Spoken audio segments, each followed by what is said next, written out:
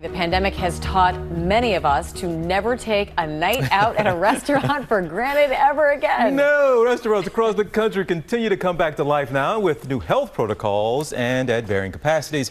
After you're struggling just to make ends meet, let's bring in now the president and CEO of the National Restaurant Association, Tom Bené. Sir, thank you for being here, and I just want to start with the reality. You give us the numbers. Just how bad was the pandemic on restaurants? How many did we lose? How many never coming back? How many people have been out of work? Well, thank you, TJ and Amy. Great to be here with you guys today. Yeah, the restaurant industry has been significantly impacted, as we all know, but sales were down about $270 billion from expected levels over the last year. And that means about 2 million jobs were also lost during the pandemic. And there's been about 110,000 restaurants that we suggest have either been closed permanently or certainly for the long term. So it's been a pretty rough start. Yeah, I know it is sad to see all of those restaurants boarded up. Even here in New York City, we walk by them each and every day. There is a big stimulus bill coming in to help. How much does that help? What do you need? Well, the recent restaurant revitalization fund, which is part of the overall American Rescue Plan, the restaurants are going to get about $28.6 billion, which is really needed. It's going to those restaurants that need it the most, and it's something that we as the National Restaurant Association have been advocating for since really the beginning of the pandemic. It's going to provide vital grants to those restaurants that were those small business restaurants that were hardest hit across the country and many of the communities we all live and work in. And it's really focused on small business owners with 20 or fewer restaurants. Yeah, and Tom, you said that relief money is going to help, but you also need people in the restaurants. We need people to come back. Some people might be a little hesitant still. And again, we've had different rules in different parts of the country. Some places they kind of never stop going in, it seems, to some restaurants. A place like New York been shut down. We couldn't go to a restaurant at all for a while. So what are you seeing when it comes to patrons being hesitant to get back into the restaurants?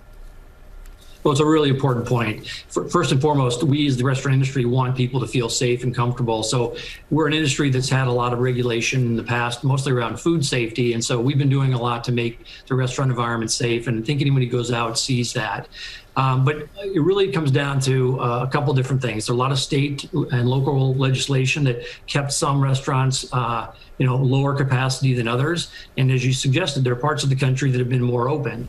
We are seeing when it's open, more and more consumers are getting comfortable. Certainly as the vaccines are rolling out, people are getting more comfortable being out in restaurants.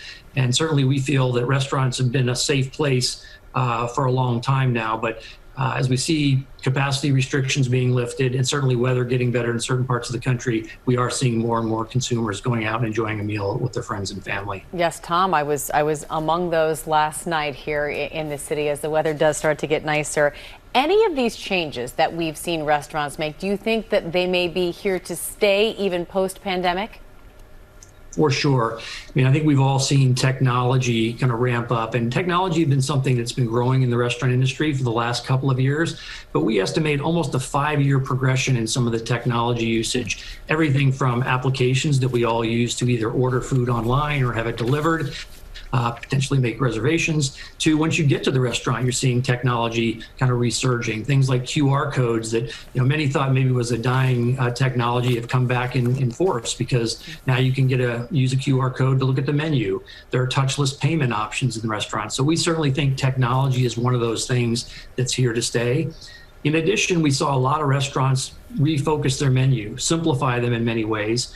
And we did, the whole idea there was at the time they needed to be able to do more with less. And that included ingredients, availability, and all the things that go into running and operating a restaurant. So we think those are just two of the areas that we'll see some of these things stay with us. That's a really good point on the QR code, Tom. I haven't touched the physical menu in a year probably, but that's you're right. I didn't think about that, just how things have gone forward, the progression you talk about. So thank you for being here. Again, President and CEO of the National Restaurant Association. Look, a lot of us here, certainly New York was hit hard. It's heartbreaking, as Robach said, to walk up and down your streets, your neighborhood, and see those places closed. But it is so heartwarming to see those places starting to open up and come back. So thank you so much, and we'll see you down the road, all right? Thank you. We appreciate the support.